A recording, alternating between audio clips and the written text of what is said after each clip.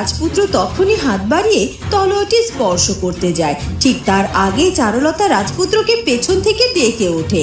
দাঁড়ান, সাবধান রাজপুত্র, ভুলে ওই তলোয়ারটি স্পর্শ করবেন না আপনি, এতে যে মহা বিপদ হয়ে যাবে। চারুলতার ডাক শুনে রাজপুত্র তলোয়ারটি স্পর্শ করার আগে হাত সরিয়ে নেয় আর পেছন ফিরে চারুলতাকে দেখতে পায় সে, সাথে পরি আর লতাকেও। চারুর বাবা এসব কি বলছে?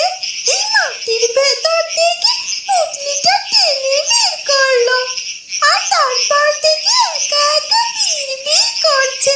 চারুলতার জন্ম পরিচয় চিহ্ন মানে? তার মানে কি চারুলতা আমাকে এসবের কথা বলেছিল?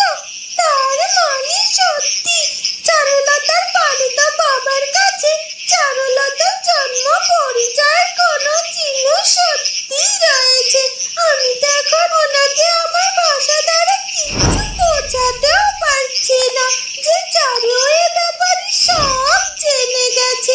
কি করি এখন আমি? কি এই পাখিটা হঠাৎ করে কোথা থেকে এলো? আর এই পুটলিটার উপরে কেন ঠোঁট দিয়ে এমন ঠোকাছিল? কি উদ্দেশ্য এই পাখিটা? আর আমি যতদূর জানি রাতের বেলা জঙ্গলে পাখিদের দেখা পাওয়া যায় না। এই সময় তারা নিজেদের বাসায় ঘুমিয়ে তলিয়ে থাকে।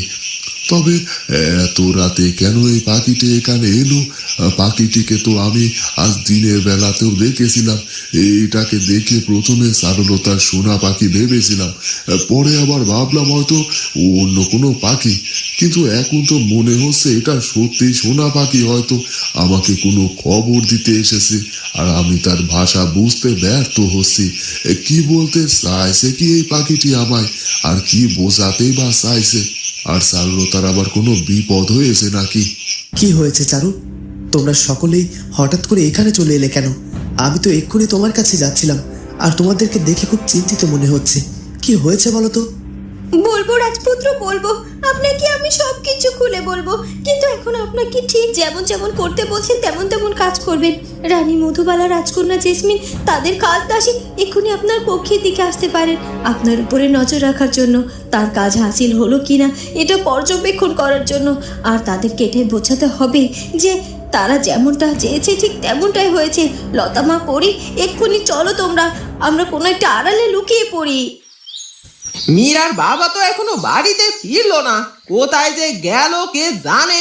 না বলে কই আবার চারুলতার সঙ্গে দেখা করতে হেমরাজে চলে গেল না তো?